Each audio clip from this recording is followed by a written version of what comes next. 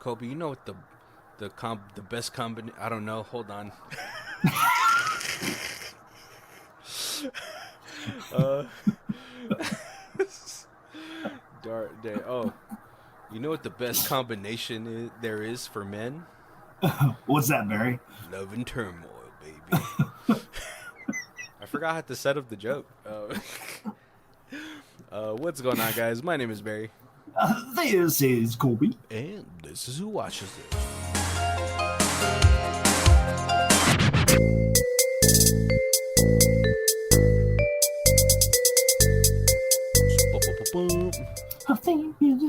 What's going on, guys? Welcome to the third week of Jingle Bells, Jingle Bells. Christmas month. And it is Colby's month. Sorry. No. I was just saying that like I'm saying it to the audience, just general. They now know. Oh, these Colby's are no. month. I feel like these are movies. These really feel like movies that got swept underneath the rug. So, staying true to the mission statement of this podcast. Underrated movies. Underrated. And this month, this week's is, I feel like, super underrated. Right, it came out a few years ago, and I'd never even heard of it. And it in 2017, Colby.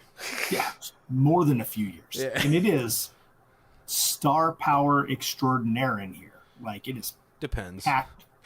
Well, it's packed full of like names that you know. Oh yeah, it's definitely it's faces that you know, and probably know the name of them. Yeah, we have like two different tiers for that, right? We have like actors you know, but you don't know their name. Right. And this is sort of like in that category, but you definitely know these people. Some of them are still like going strong. Some of them have kind of like tempered down their careers, slowed down a little bit, but still there, like still recognizable and still hot. You know who I'm talking about. Still hot. You know what I mean? She was an angel before. A dark one. Oh man. But yeah, no, this is a Netflix like original as well. So I think sometimes Netflix is like hit and miss with their marketing for their original movies. Right. And I've always Netflix is the one streaming service I've always not gotten rid of. A lot of them I've been like, oh yeah, I had Hulu for a while and I kind of watched everything I wanted and I kind of let it go. And then I had Paramount for a while and I watched all the Taylor Sheridan, series. And then I was like, oh, there's nothing else on here I really want to watch. So I kind of let it go. And then, I've like come back to things. I had to come back to Hulu for Aliens. Yeah. but Netflix is kind of like it's always consistently put out enough stuff that I never really got bored with it. Yeah, they have like a pretty good like rotation schedule. Right. I think that's what it is as well. But like I gotta say, man, like I got rid of cable to save money, and everybody all of a sudden wants to fucking make streaming services. And it's just like, guys, like, I don't think, like, if Netflix had raised their thing to, like, $35, but it's, like, all here, right. But whatever. Greed. But let's go ahead and start talking about this movie, and we're going to start it with our first segment, Mr. Movie Phone. Movie trailers, I don't know. I always change it every week. In a small town in Nevada, events are about to snowball out of control. This Christmas, misunderstandings are what's underneath the Christmas tree. Find out if it gets sorted out in 2017's El Camino Christmas. So I'm getting better at writing these. Right? Come on, you gotta give me. You even sounds like you've like reread that one a few times in your head. So you were ready to go. Right? I was like, oh, misunderstandings are underneath them. Oh, that's good. That's a line right there. Oh man, but yeah, today we're gonna be talking about the 2017 original Netflix movie El Camino Christmas, starring Dak Shepard, Kurtwood Smith, Miss Jessica Alba, the girl from Letterkenny, Vincent D'Onofrio from Cell fame, and the 13th Floor. Right, right. Luke Grimes from Yellowstone. Oh, You haven't watched Yellowstone. Yeah, yeah, he's the hotness. he's the hotness. Yeah, he's the brooding son of Kevin Costner, Yeah, and that's just like every girl drools over. he's a good-looking guy. He kind of Yeah. like he looks like a mixture of a lot of like actors. Mm-hmm. You know, he has like sort of like he has like that ruggedness, but he also has that like I'm a damaged bad boy. Oh, yes. Please, Yeah. somebody save me. Right, right. He could be on a horse. He could be on a motorcycle. He could be in the military. He could be like In a special muscle forces, car. Yeah, like yeah. He fits like every. yeah. He's what Clint Eastwood wants his son to be. Right, right. He's the bad boy that every girl thinks they can save. Yeah, He's not that bad. He's yeah, not like killing people, yeah. but he's like, oh, he's bad, but I can save him. Yeah, like he has that. Okay, so like there's Scott Eastwood, right, who looks exactly like Clint Eastwood did when he was younger, Right. but he falls into the like, yeah, you're good looking, like too good looking, that I feel like you let that carry you in your acting. Right. This guy, Right. he's like good looking enough, but he can still like he got the chops for the acting, and he's like kind of like he's good looking in the normal guy sense. Right. Right. He's like to me like he's the Norman Reedus of this decade. We're like Yeah, 8 years ago. Yeah, Yeah, Boondock Saints, yeah, Walking Dead. That's they. If started Walking Dead now, they grab him and stick him in that role. exactly. And oh, we also have Jimmy Yang I in right this. comedian. Yeah, comedian Jimmy Yang, who's like really actually like I gotta say like I love the Christmas movie that he's in. Where he like catfishes a girl. And like I'll give Netflix its due because they're like, yeah, let's make you the main love interest. Right. Like Jimmy Yang is not like a bad looking guy, but like by no means is he like star power, like like sex symbol Jimmy Yang. And so I'm glad that like he I hate to say it, but like you could look at people and be like, he would be like funny supporting best friend cast, Yeah. Right. not Right. like main lead, because he does end up with the girl at the end, or like sort of. They spark a relationship. Right. Right. You don't want to have that story though when you're like, oh, how'd you guys meet? Well, he tricked me. And then like he was so quirky that Jimmy Yang was pretty much like the male version of Manic Pixie Girl. Oh, and oh my gosh, I'm sorry. I also forgot fucking comedy legend Tim Allen. Right. Interesting to see him in like a Christmas movie where he's not the Santa Claus. I guess Yeah. he did a couple. He did a couple like Christmas with the Cranks and a Yeah. couple different ones. But But still, like, like yeah, see Santa he's Santa. and the Tool Man. Woo, woo, woo. I forgot the noise he used to make. In Yeah, Home that was Improvement. it. Yeah. Oh, and also like what I imagine him to be like in normal life. Not like an asshole, but like kind of an asshole. And then you said there's the actors that you know, and then there's the actors that you're like, oh, I recognize that guy from like every movie, but I never would be able to tell you his name. Emilio Riviera. Yeah, The guy who plays Vicente. Yeah. Yeah, I'm like, oh, I know him he from like he's like I so actually much stuff. I remember he was in a 50 Cent music video. Like he was super young, but I was like, that guy looks super familiar. So I had to like look him up, and I was like, oh yeah, he's in a bunch of things too. And I'm kind of glad that he's playing a character that he doesn't typically get cast for, Right, because yeah, most because of the time, he was a bad guy in Mayans and Son of Anarchy. Uh, yeah. But like in so this he one, he's usually just a store owner. right, It yeah, was like a nice change of pace. I'm glad for him. I'm pretty sure it was a nice change of pace for him too. But yeah, let's get into this movie. Pretty big ensemble cast. So we're kind of gonna skip here and there, or kind of just like I'll put it in chronological order that makes sense for me. Uh, but the movie starts off a little bit Daredevil-ish. They start off Kurtwood Smith and Dax Shepard are the sheriff and Billy are at a standoff at a gas station. And you're like, what's going on? And all of a sudden it starts like snowing, and then it cuts back to 39 hours ago. right, yeah, yeah, And this is sort of this is the part where we get introduced to all of our characters.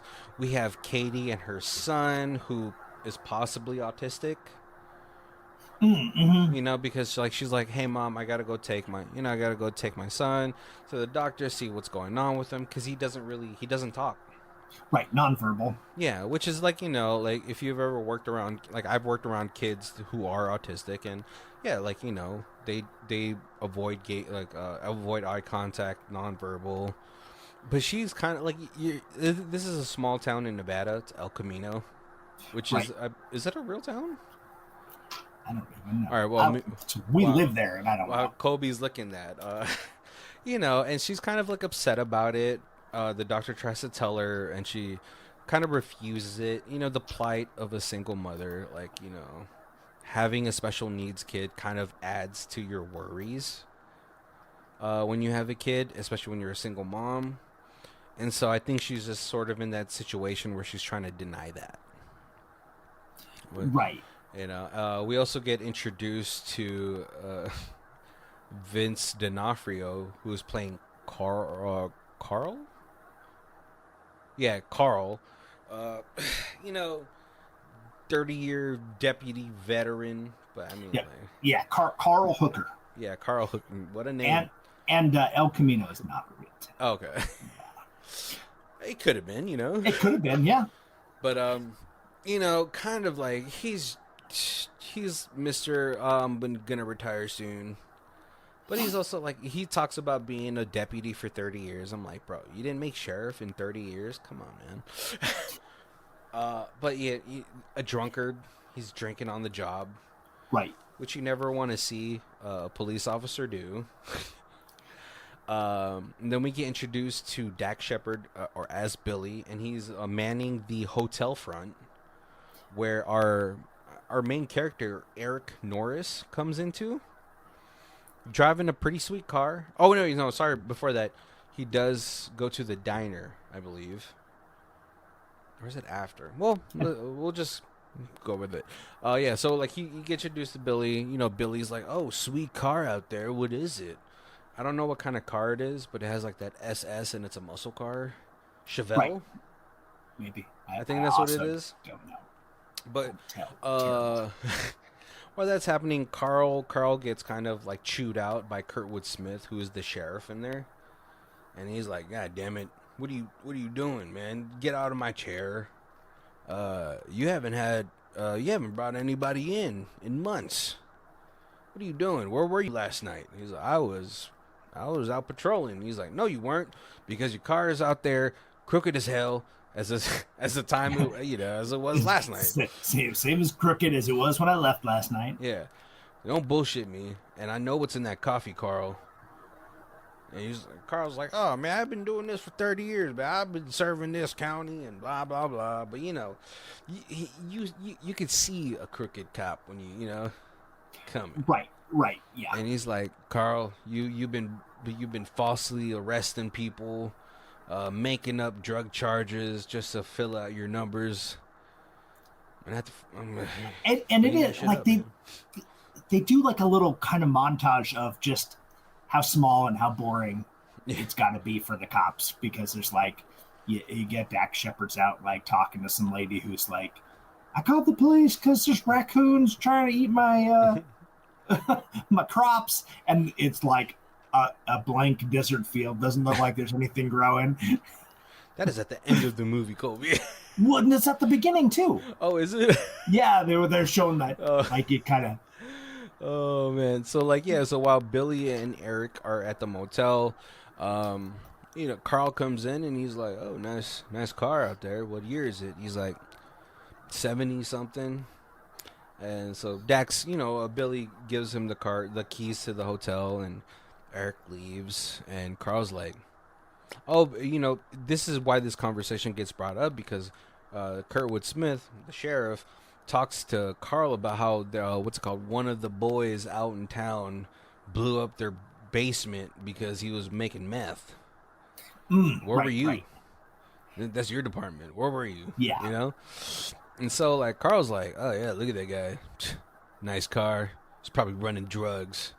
Got to Oh, keep an right. eye And out." then he tried when he tries to pay for the hotel room, his credit card Denies. declines. Yeah, it So declines. he pays in cash. Yeah, and he's like, "Card doesn't work. Paid in cash. Smells like a meth head to me." I was like, "Well, does it?" Yeah, he's got a fancy car, but he doesn't know nothing about it. Yeah. Yeah, man. Hey, man. Some people aren't car people. You know what I mean? I guess the most suspicious thing is like you're driving this as your car, your road trip car. What does this thing get? Like 10 miles to the gallon? Come on, man. You're stopping every 45 minutes. Right. And there's not a lot of gas stations along rural Nevada. Exactly. And that car is heavy, man. That's the one thing you should have been suspicious about. But yeah, no. So they decide to kind of tail him throughout the town. Eric does end up going to the diner, Right. and he's just eating. This is where we have Katie come in with her son, and the waitress is like, "Oh, do you want a cake again?" And Katie's like, no, sorry, we can't afford it right now." And so she tries to tell her son, like, "Hey, you can't have cake with dessert all the time, Right. That's a Right. special, And so Eric overhears it, and he decides to buy the son a cake. Yeah. Katie looks at him. They kind of have this little eye fucking moment.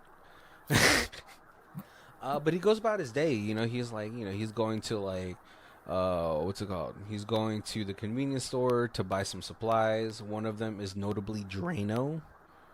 Right. Because everything's run down like the Yeah. hotel. So like he immediately clogged the toilet.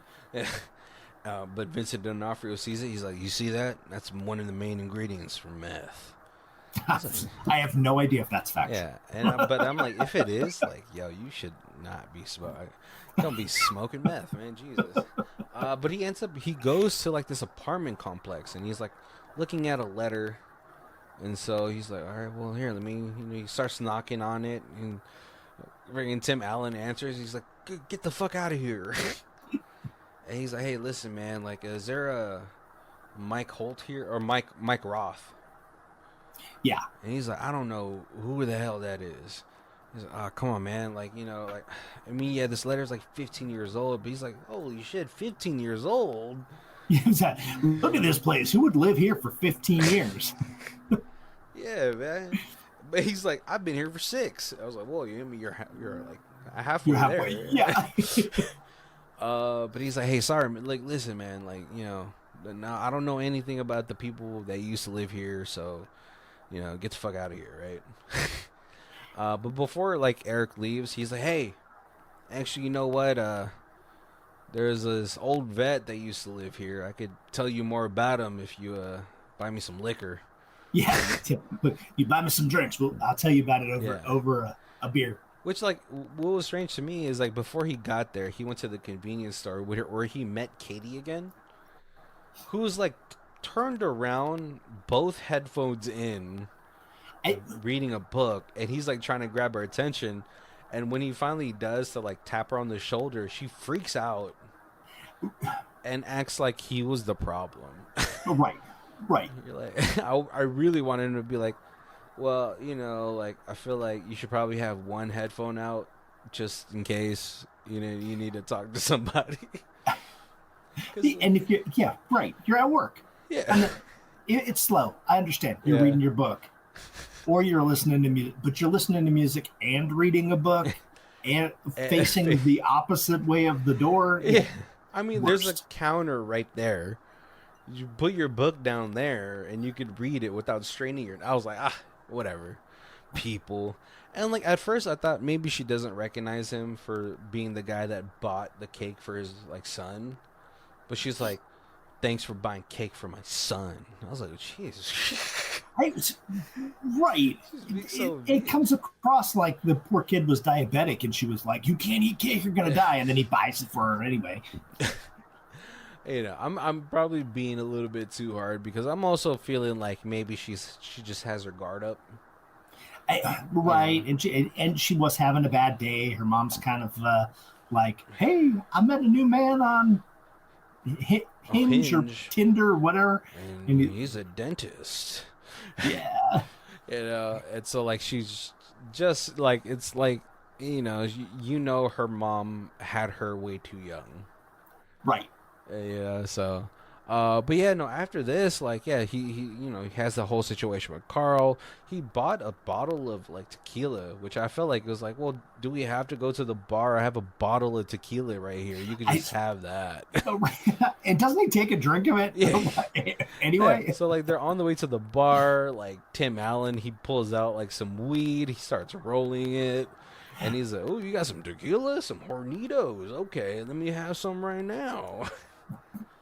And then they go to the bar to get the beer. And he's like, two Paps, two PBRs, please. And he's like, I want a Heineken. He's like, no, the PBR is for me. Right, yeah, Buy whatever you want because you're buying everything. And he's very kind of avoidant of this whole situation he's put himself in. Because he's like, can we just talk about, the previous person? And he's like, oh, wait, hold on. I got to put some music, Christmas music. It's Christmas. Kind of gets there. He bumps into some youths, yeah, which Eric kind of stems, like diffuses the situation. But these kids aren't gonna fucking let that go. right. Yeah. Listen, punk kids, and And don't want who some drunk guy at the bar just spilled their beer on. and Tim Allen was just like, yeah, he giving him crumbs of information. Right, yeah, And Eric he gets kind of pissed off, and he's like, you know what? Forget this. I think you're just fucking stringing me along for some free alcohol. I'm gonna fucking go. Tim Allen's like, go, ho, ho, ho. And so Eric decides to dip out. But when he gets back to the motel, he gets confronted by Vincent D'Onofrio, or Carl Hooker, right. and Billy. And they're like, oh, damn, Carl, you're right. Look at all this weed he has. Right. Yep. Until Tim Allen has left the scraps of weed in a little baggie in his car. Yeah, but even when weed was like illegal, that is like not enough. That's like a misdemeanor fine right there. Right. Because Yeah, it's interesting you say that. It's like 2017, how much things have changed in 8 years. well, like even when it was, that's like shake. There's no intent to sell there. That's just like, Right. well, here's a fine. You got to pay that. But they're trying to put together Yeah, a he's a case crystal head. that he's the meth head, and then Yeah, now he's got a little bit of weed in his and his in his Drano. car that just strengthens our case. Yeah, and he has Drano. You know. Right, because apparently that's what you use to make meth. And he's like, no, man, I got the. And I don't know if that's a joke. Like they're like, how dumb are these cops that you make meth? Or how dumb is this podcaster that you don't know that you use meth to or Drano to make meth? I don't think you do because I remember when I would work at when I worked at Walgreens, there were certain items that you had to limit people on. Oh, right, I remember it was like Sudafed and stuff Yeah. like that. So I feel like if Drano is like a main component of crystal meth, You'd be like, hey, hold on, what are you doing with 2 cases of them?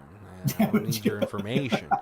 So I And don't you, know. you don't hear people complaining. They're like, "Oh, I remember when Drano used to be strong and it could clean out my toilet. And now this new weak formula, I have to plunge for 40 minutes." Yeah. So you never know. I mean, like maybe there's some sort of chemical in Drano, but yeah. And so like yeah, they arrest this guy and he's like, "Are you fucking serious? Come on, Billy. You know the shape that this motel is in, dude. I took a fat dump and it's just Yeah. yeah, And he's like, "Oh, it sounds like something a meth head would do is try to clean their own toilet instead of going to the front desk." yeah, yeah. What are you, a plumber? I know they're like, Yeah. oh, like, yo, these guys are this is what it feels like to get set up for something. And man, so they take him to the station. Vincent D'Onofrio, he's like interrogating him like he's like fucking Heisenberg. Right, right. Yeah, like yeah. We know you've murdered 3 people. Where have you hidden the kidnapped girl? Yeah, You get you're gonna put some meth in interrogation. her and then transport her body. Yeah, it's insane. And then like Billy's kind of like he's kind of getting scared because he's like, this is way above his head. He's like. He's out here dealing with people that's like the raccoons are destroying my crops. And now he's like in the middle of this whole supposed drug ring. Right. And Vincent D'Onofrio, he's acting like an old school cop. He's like, I need to pin this on somebody so the mayor can get off my back. And ultimately, he knocks him out with his baton. And so when he wakes up in the morning, Dak Shepard or Billy, he's like, hey, things got crazy last night. He's like, That's not the way we try to run things here in town. yeah, we're typically nice. It's just the weed, And he's like, I try to tell you the weed isn't mine. He's like, yeah, but that's what everyone says when they get caught with weed, That's, that is true. which is very true. But like again, like there is no intent to sell. It's like it's a little half baggy of shake. Right. And so he's like, hey, listen, man, all right, like I really don't want this to get any bigger than it is, so I'm gonna leave your keys to your car right here. I'm gonna leave this door open, and then I'm gonna be in the bathroom for a very long time. And he's like, I'm pretty sure at that moment he's like, I gotta get the fuck out of this town. Yeah. These people are fucking crazy. Yeah. And so as he's doing that, Katie's she gets a call from Vicente because Vicente's like, hey Katie, the fridge isn't working and I tried to do the thing that you do, but yeah, I almost electrocuted myself. So if you don't mind, can you come by and fix it for me? And Kerwood Smith. Oh, and this is kind of where we do meet Jessica Alba and Jimmy Yang in this situation, in like a little bit of moments here, where they are a newscaster and cameraman, Right. and Jessica Alba's like 9 months pregnant. Right. And she's complaining that she gets these like little puff pieces, and they're coming down here to film like the El Camino Christmas elementary school play, Oh, and she wants to be tracing down, drug dealers and yeah, she wants the national news, not these yeah, little state newses. And Jimmy Yang's like, well, at least we have a job. right, Yeah, and then what's it called? Katie, Katie ends up going to the gas station. Carl wakes up after getting beat up by the same youths as we saw last night. right, He pulls out a gun though. You're like, oh shit, he's gonna kill those kids. I feel like most times if you have like a little bit of a disagreement in a bar, like say like knocking people's drinks over, if you buy them drinks, you're pretty much squared. right. Unfortunately, Carl is very sparse on his money, so he couldn't do that. And he's like, fuck you, dude. Christmas. And so everything sort of starts to point towards converging at Vicente's gas station, right? Eric finally gets to his car, but as he pulls out of the motel, Vince D'Onofrio or Carl drives by and he's like, what the fuck? And Right. they start this chase, and this man, Vincent D'Onofrio starts popping off his gun at him, and you're like, dude, you're just call it quits, man. You got TJ Hookered out of there because he ends up like going off road and smashing into some hay. But then the gunshot kind of fucks up Eric's car, so he ends up back at the gas station as well. And this is where the what like the next 50 minutes of the movie is, because Yeah. what's it called? Carl's in there, Vicente, Katie with her son, and then yeah, they're all in there. And Eric comes in there looking all crazy because he's a little bit bloodied, and he's kind of scrambling all over the store. And then Carl's like, "Get out of!" He starts shooting into the store, which I was like, "Bro, like, how is this guy not? How has he not gotten fired?" Because earlier you see an interaction between Carl and Vicente, and he's kind of been abusing his power. He's like, Yeah. I need that bottle of tequila and Reese's Pieces and some Snickers. I got let me see, 63 cents. I'll get you back later. And you know, Katie's like, you can't let him keep doing that. And he's like, what am I supposed to do? You know. Man. And so yeah, like, what's it called? Carl, he starts shooting in there. He goes in there, and Charles, who is Tim Allen, shoots him in the leg because he's like waving this gun all crazy. Right. Yeah. And then Yeah, and he's shot through the window, so the little window in front's already all busted up. Yeah. And this is where you learn Charles is also a veteran, because he's like, in the military, if someone's shooting at you, you shoot back. Right. And so now, like, oh god, like Eric is in the shoes of what I feel like, or he's in the situation where I feel like, how do you handle this? And I feel like a lot of us would get trapped in this situation. Right. Because now a cop is shot, and he had called it in, cop getting shot at. And right, even though he wasn't getting shot at that time. Shots fired, shots fired. Everybody get down to the mini mart. And so now it feels like, now it seems like it's a hostage situation. And Katie's like, hey, what the fuck, man? I thought you were a good guy. Like an asshole, but kind of a good guy. And he's like, I am. This fucking asshole has been chasing me and trying to pin something that I didn't do on me.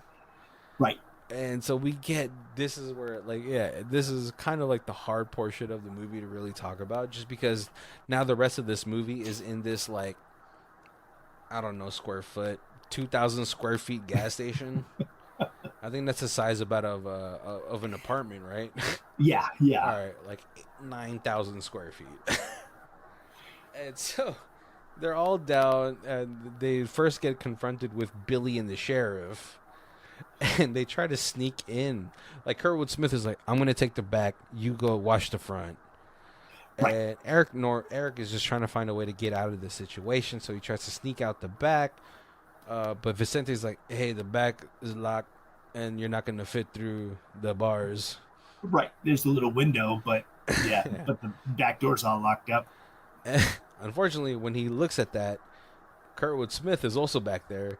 He gets his hand knocked away from the window, which makes him pop a shot up. Dak Shepard, who's probably never shot his gun before, is like, oh shit, shots fired, shots fired. You're right, and just starts laying bullets into the mini mart. And then Kurtwood Smith thinks it's the guy in the mini mart. So now they're just shooting at him. Yep. So he's trying to shoot through the little window back at him. Yeah, so until Dax is like, returning fire. And Kurtwood Smith is like, oh shit. He's like, Billy, stop firing. We're firing at each other. And meanwhile, the people on the inside, like Eric is like, these guys are fucking shooting at each other, both the cops. Is every fucking sheriff in this town a moron? And right, because he's kind of half like, oh, a third cop has come. Maybe they're better. Maybe I can turn myself into them. And then this all happens. Now he's like, yeah, no, these guys are all idiots. If I walk out, they're going to getting shot or I'm getting put in jail for life for shooting a cop. And Charles is like, yep, this town is fucking stupid. As he's like just drinking as much free liquor as he can. Right. And obviously Katie's like the most like mad in this situation because she had to bring her son to work because her Right. mom like fuck Dennis the dentist. No, I'm Dennis the not even dental supposed hygienist. to be here today. Oh, that's the worst, man. It's the worst when you're there and something happens like this, or like you get right, fired on your day off. Yeah. Yeah. That's another bad thing. And so now they're trapped in this whole situation, and the situation stays getting out of control because Jessica Alba sees the cops leaving the what's it called, the play that El Camino was doing. And so now this whole standoff is getting some coverage on the news. Right. But, And they've got a little, is it a little radio or a little TV? yeah. And so they're seeing this misinformation get passed because the cops don't really know what's going on. So they're kind of making up like Yeah. to fill in the blanks. And I mean, this is definitely a situation that's like, this wasn't in the sheriff's handbook yeah. of how to deal with a standoff. And so they're all just like planning, right? Kurtwood Smith is planning to attack the gas station and try to save as many people. Meanwhile, inside, Carl is fucking mouthing off. He's like, yeah, you're a meth dealer. You got Drano. Right. And you have a small bag of weed. What else do I need? And Eric is like, dude, the weed is his, all right? It's that guy's weed. And did he ever take ownership of the weed? I don't think he did. Which would have cleared up a lot of things. But this guy's pretty selfish. And he's basically saying, he's like, okay, you just honestly tell these people in here what happened last night, and that way I have witnesses, and I will walk out of here, and we can get you to the hospital. But I don't want to walk out here and get shot. Yeah, and Carl was like, all right, I'll tell him that I caught a drug dealer. This guy, I know in his heart, he has to know. He has to know that he's not a drug dealer. He's just a really fucking shit cop. Right. Yep. And like the patrons inside, they start kind of turning on Carl. They're like, "Wow, Carl, what the fuck is wrong with you?" And Carl's like, "Oh yeah, you weren't asking me what the fuck was wrong with me when I drove your fucking wife-beating husband out of town. How about that, huh?" And I feel like Vicente had something too. I just forgot. Right? Yeah, your store got broke into, and I was here on scene before you were. Yeah. Oh, what about you, Charles? You know how many DUIs that you should be having? Yeah, right. Something like that.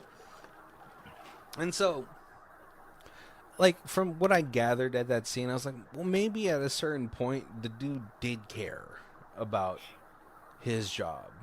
Right.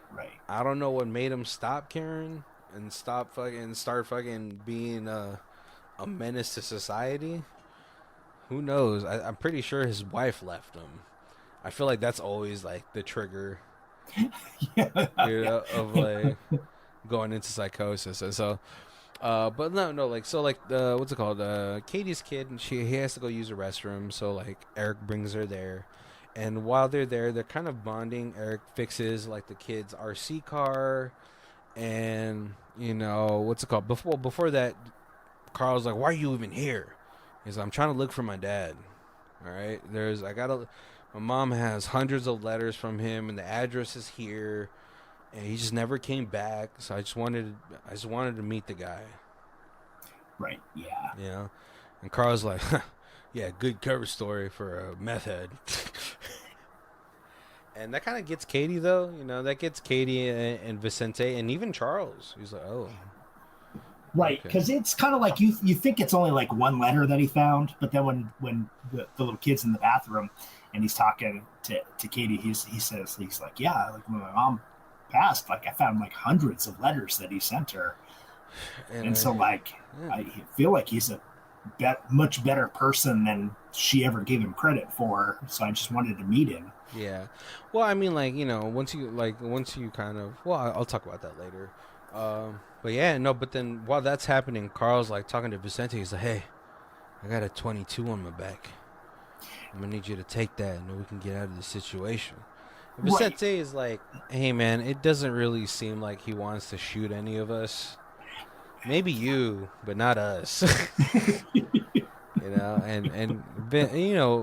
Eric tells Katie, he's like, I think I'm just gonna try to I'm gonna let everybody go and try to end this whole situation.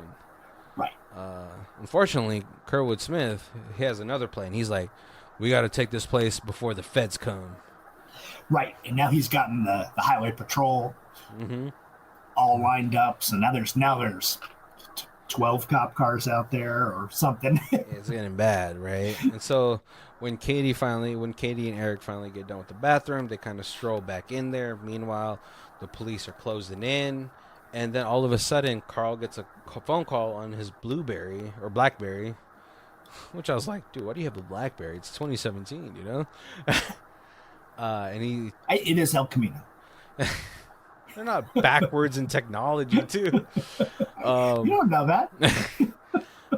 but he tells Carl, he's like, are you gonna pick them up? You're gonna pick up the phone.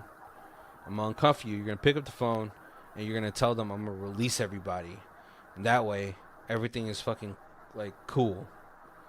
All right, everybody can get home safe, and nobody gets hurt. And he's like, all right. So he picks it up. Kerwood Smith is telling him the whole situation, and Carl's like, and like Eric starts to get upset, and it's like Carl's like, oh, he's getting upset, guys. And so he calls him back, but then that's when he hears the phone next to the door, and he's like, holy shit, they're right there. And a huge fucking shootout starts to happen. Yeah. And for some reason, Vicente, he gets up, and he's like, this isn't supposed to happen, Carl, you fucking liar. And he gets shot. Yeah. He gets shot like 4 times.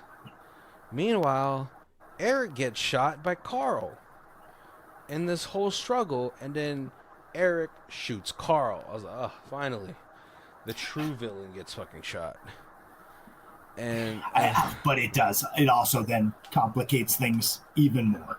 oh yeah, it's so rough. Just because like Eric also ends up cutting the security feed, Right. which I feel like I think that's probably still the smarter thing to do because it would have further complicated it later on. And Right. so now like now everything's gone to shit. Eric is on the floor, like laying on the floor, telling Katie like, "Hey, get out of here." Call them and tell them that, and Charles is like stitching him up. He's like, you're going to be fine, I'll patch this up. And, I got to tell you, I remember this Christmas in Vietnam, I was going to call an artillery strike on this village, but we learned that it was just a bunch of farmers, nothing military over there. So I called it off and, tried to send the boys in there just to make sure one more time. And unfortunately, top brass didn't do it. They didn't call off the artillery strike and killed all my men. After that, they blamed me, court-martialed me, and discharged me dishonorably. Right. Best Christmas. This one's a close second. Yeah. I was like, but like you could tell Tim Allen, he's like, his character is like riddled with guilt, right? Right. Yeah. But then Eric chimes in, and he's like, yeah, I know that story. My dad wrote that to my mom. He's like, I just couldn't go back. I just couldn't go back to you, to your mother, to friends and family for all the things that had happened. Yeah, he's like, cause I would never be a good man again, and she didn't deserve to have to deal with that. Yeah, and neither did you. And honestly, I think I was fucking right. So I was like, oh, is this movie a PSA for Vietnam veterans? I was like, it went from like a comedy to like dark and serious. Like, I don't know where you got the comedy from. This kind of reminded me of the Jamie Foxx movie Held Up, yeah, but less funny. right. And so, like, Charles is like, you know what? I'm gonna fix this. He starts wiping down all the guns, and then he calls the sheriff. He's like, hey, listen, I'm gonna send out a mother and his son out, so don't shoot. All right, I'm gonna send them out, and then I'm gonna come out, so don't shoot. So like Katie and her son are able to get out for free or get out free, and he's like, hey, kid, this has to end somehow. Uh, and he's alluding to like better you than me or better me than you. Yeah, yeah. Like I I screwed maybe. up your life. Let me see if I can one last. Yeah, he's like, what do you want for Christmas? He's like, I just want to go home. I just want to get out of this and go home. And he's like, well, that's a big fucking ass, but I think I owe it to you, kid. And so he picks up the gun, and he's like, Eric is like kind of crawling out. He's like screaming no because he finally found his dad, and like he says, like I don't have to meet my dad, but my mom died, and I felt like this was gonna close the book on that. I just Right, needed to right. meet him once, and so Charles or Mike Roth gets out there, and all the the feds finally came, Yeah, yeah. and he's like, "Hey, put your gun down." He's like, I don't know. And he pulls out a second gun, and it's suicide by cop. Yeah, yeah. Unfortunately, I think there's been a lot of cases like that with a lot of veterans that aren't able to get the therapy that they need. And then it skips to 6 months later. Right. 6 months later, Dax, what's it called, Kurtwood Smith, he's getting hypnotized to stop smoking cigarettes. I also figure he's no longer the sheriff. He probably just retired. Dak Shepard is again at that lady's house talking about the raccoons and saying like that's a you gotta call animal control for that. Right. And then gives her a sign that's like Dak Shepard Sheriff. for sheriff. He's like, I'm here to clean up the town.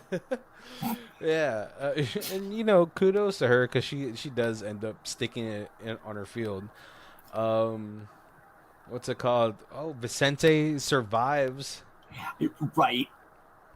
and gets $32 million as a settlement fee. Which I was like, I'm like in my head, I'm like, I hope Vicente gave Katie some.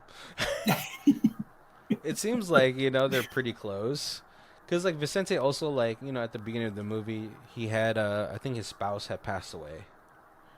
Right. Yeah, Yeah, and then the little RC car that the kid's playing with, he yeah. had given him. Maybe it's like he sees like her son, like the son he never got to have, Right. but he's telling Rosa. I'm pretty sure he's at a beach in Cabo. He's like, yeah, I got shot 4 times by the police. Got 32 million. This is 8 million per shot. And I survived. She's like, my name is Rosa. He's like, oh, either you're a superhero or you're A gang lord. Which or very lucky. yeah. And he's like, maybe both. Maybe I'm a little dangerous. And Katie is again at the shop, eating dinner, and all again her son gets a piece of cake, and she's like, "Hey, I didn't order that," and he's like, "Yeah, you didn't, but he did." And Eric is there, and it seems like they've grown fond of each other, Right. Yeah. and the movie ends up with Eric living a life that I'm probably also gonna live, stepdad. Maybe and, stepdad, maybe just dog and owner. and did we say at what when they were leaving, the kid said Oh thank you? no, yeah. So he finally, yeah, he becomes much more talkative. Yeah. Because at the end he's like, "Oh, Eric's here, yay!" And so it seems like they've probably been dating, or maybe he just came back finally. Who knows? Yeah, And yeah, because he didn't live there, so he's got to go take care oh of yeah, business elsewhere before he moves to the exciting town of El Camino. oh, and what's it called? Jessica Alba and Jimmy Yang are now covering national news, Right. Yep. and the movie ends there. Kobe, let's go to our other section: a high star, a low star. Um, 10 out of 10. I am alone on this, but this is the Christmas movie. I know most people consider this a misbegotten misfire of a comedy. Most people absolutely don't see it as a heartwarming Christmas movie, and I totally understand that reaction. The movie is very sour and misanthropic. After all, it quotes Leviathan. The comedy contains, the comedy it contains is very much comedy of errors and peculiarity of existence. It is not so much laugh out loud as funny bizarre, uh, as funny as bizarre damaged human. But it works for me. It has the randomness and meaninglessness I see in life, coupled with the characters trying to make it all right because Christmas requires us to be jolly, and the whole enterprise just rings true to me. Tim Allen was perfectly cast in this. Not only is his performance very touching and real, but intellectually, of it, but the intextuality of him being Santa Claus in the movies makes the tone of the film work. And Luke Grimes is super hot as Eric, and I just love him in this performance. And then I got a 1 out of 10. El Dumbo Christmas. This had to be the absolute worst movie I've ever seen. The reason I selected it was because of Tim Allen and Vincent D'Onofrio. Allen was good. Actually, I thought very good. But what happened to D'Onofrio? His talent was wasted on this trash. The storyline was nonsensical, but I kept watching it just to see if it had a decent ending. The only benefit of watching this tripe was that I folded 4 huge loads of laundry from Christmas guests. Even my 14-year-old grandson, who will watch anything, walked away from this. A lot of it is not a 14-year-old movie. Like, I'm not that there's anything. It is just more of an adult concept and storyline than that I think a 14-year-old would certainly be bored with. Yeah, it was a weird turn, I gotta say, of it being like a what is it, a standoff of a Right. Christmas movie. And I think one of the unfortunate things for me is that like when they were so like when you're in this sort of like contained space, I think this is where your dialogue or your script is really supposed to shine. And maybe it didn't have enough time to do that or something. But just because this kind of concept has been done a lot already. Right. But yeah, it just didn't feel like it did enough with the time that it had.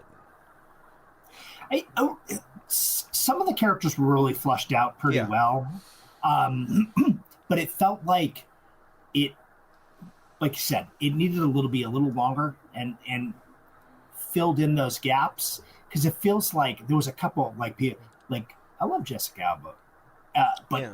like that was like I understand that they needed the news there, but they tried to make her a storyline with Hmm. being pregnant and it was just like it almost seemed like a time filler. They're like, oh, our movie's not quite long enough.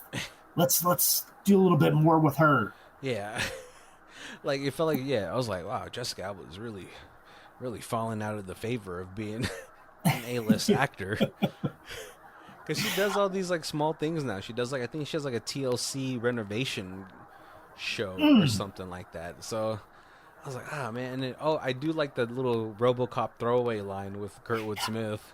Yep, I was like, I Tim caught that. Allen, you dog.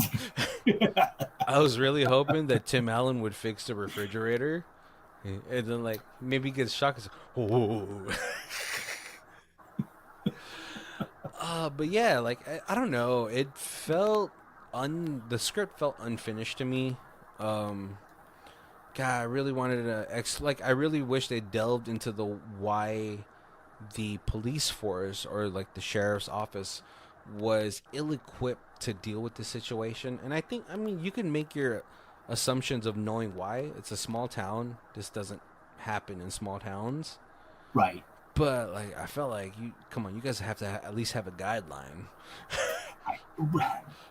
Yeah, and if they would have done a little bit more of like that, uh, just kind of pushed it a little bit more, like the the police were like, that's why they were drinking and bored because there was nothing to do and they wished there was something Yeah. exciting, and so were trying to make like every little thing into something big so that they could be like the police you see on TV kind of thing. Yeah. I mean, because they kind of Hint at it. they hint at that, and then when he's like, uh, The oh, sheriff. the sheriff and Billy. Dax Yeah. are up on the hill, and he's like reading off. He's like, yeah, this truck belongs to you know Yeah, he belongs to Vicente. to The yeah, the shitty and then Camry. that belongs to Katie. Katie, and so we know that they're in there, and we can deduce that because nobody's at Katie's house that the kid is in there, and he's like, and the sheriff's like, wow, like you, what's going on? You sound like a real police officer. And he's like, would you like me to make a contact and I could become the negotiator and start a dialogue? And he's like, no, calm down. This Yeah. isn't the movies. And like it's funny you're, because you're not Samuel L. Jackson. and it's funny because like later on he tries to run down the list again. He's like, I know. It's like when you finally like what's it called like praise that one kid. Yep, And right. So you got to keep bringing it back up. Yeah. Oh man, and like I mean, like you get pretty fleshed out with Eric. Like he's just trying to find his dad and all that stuff. Right, But right, yeah, yeah. it felt like the movie didn't have enough to really make you care about the whole situation. Right. You either had to focus a little more on just two or three characters Hmm. instead of adding so many, Yeah, or make those other characters a little more. I wanted to want like Vicente, but it was just he was a very like super minor. yeah, Yeah, I know. like What's it called? I gotta say though, Vincent D'Onofrio played he's played bad guys before, and so like he was pretty good at being a bad guy in this one. You know, and it was like I was like this is it, would this have been Daredevil? Like this would have been before that or after that? I Would think have been it's around about the this. same time. About the same time. It was like I was like, I wonder if somebody watched him do this and was like, "Oh, he should be Daredevil." He should be the kingpin.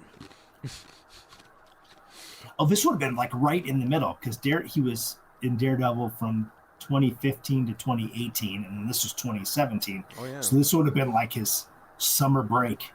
yeah, and I think that's what happened. I thought he did fine as an antagonist, just because Yeah, he felt like almost like an internet troll. right. And you quickly hated him and knew his place in the movie. Yeah. And I think that's probably where they could have spent like 5 to 10 minutes on is why he's like that. Right. Not to like get you to sympathize with him, but to at least like, oh, that's why you're a fucking prick. Right, because it was like they started an arc with him, especially when he's like talking about like, hey, I ran your ex out of town, and I helped your store when it was getting rough. Like it was like they were trying to get a redemption arc kind of, Yeah. and it just it It petered out. there wasn't like an either enough before or enough after to Yeah. like that make that Yeah, fully cause, flushed out. yeah, because in that section, it seems like, oh, okay, he really did care about the people in this town. So, like, what made him do a full 180? Or had he Right. always, or is he like saying all these things because he's like, you didn't think I was too much when I was doing all these things for you guys? You Right. know, who knows? But maybe like that's also like just the nature of things, right? Not everything can get tied up nicely in a bow. Right. Right. Yeah, and I'm like definitely like the Eric story and the Tim Allen story both were fully flushed out and Yeah, well told, and like but Tim Allen I think was that's, spectacular. oh yeah, and I think that's where like the heart should have been at. That's where, I mean, obviously, I think even you, Colby, knew that Tim Allen was that kid's dad. Immediately when he answered the door at the beginning, it was like, "Who are you? He's not here. I don't know who that person is." I was like, "Oh yeah, that's Dad." Right, but see, what would have been a good twist was like, he was my best friend, Right, yeah, or my yeah, brother. and he told me about you, and well, he died. He died to the bottle. That would have been a good Yeah, twist. Like it that would have would have. been, yeah, like just a good like what's it called? The twist of your expectations, right? Right. But we're coming up to our hour, so I want to go ahead and thank you guys for joining us. Make sure to check all of our other holiday months, with Christmas and Halloween being the majority of them. No one makes a July 4th movie. I mean, I guess Independence Day, but I, but that's pretty overrated, not underrated. the second one maybe is underrated. I don't know. But yeah, no, we do our reviews in 4 different sections where we have Stream It, DVD, Blu-ray, and the Ultimate Box Collection. Kobe, where you at? Um, I would watch this again. Um, so probably go DVD. Mm, I like that it's on Netflix and it's easy to find. it'll So always like be it, on there. so yeah, it's Netflix original, so it'll always be there. Um, but but yeah, like I feel like it's better than just streaming. But Mm, I don't think there's it's not. I won't go Blu-ray worthy. yeah, I think even though I do like the majority of the actors in here, I probably just go stream it. I feel like if they had added a little bit more Christmas elements to it, Right. then I mean, like they make a note to say like it hasn't snowed in El Camino for 40 years, and it And then it snows at the end. snows, and then there's a lot of like, oh, I'll do this for you because it's, it's a big ask, but it is the holidays, and it's Yeah, the time for forgiving. I know, but like, yeah, if they added a little bit more of Christmas stuff, like the police come and they're all like in like Santa Claus outfits because they're trying on their outfits for their kids the next morning, Right, or right, like if the gas station was Christmased out, and like it's funny. Tim Allen keeps playing Christmas music, right. Yep. and he's like, "Sing, damn it, it's Christmas." I think he was like, "Hey, if we're gonna make this a Christmas movie, we gotta add a little more Christmas." Yeah. But I'll just sing. I'll be like the drunk guy who sings Christmas carols. But I'm not gonna put a Santa Claus hat on. I, right. Sorry, that's gotta draw a line. Draw a line. that's If I do that, the beard immediately grows. sorry, the IP, the IP. Think about that, guys. But yeah, I think because it's very sparse on the Christmas, it's very diehardish, where it's like not it doesn't really feel like a Christmas. It feels like a movie that takes place on Christmas. Right. I swear to God, Kobe, the last movie better not be Die Hard. No, because we're underrated movies, and that movie is correctly rated. The biggest movie of the decade. I don't know. I think Terminator got that beat out. It's possible. Terminator 2. Oh, man. But I want to go ahead and thank you guys for joining us. Make sure to check out all the links down below where we have all of our social medias. Facebook, Twitter, Instagram, Threads, TikTok, and YouTube. Oh, got them all. Finally, it's only took like 100 episodes for me to nail that down. Oh, man. Yep. But thank you guys for joining us. My name is Barry.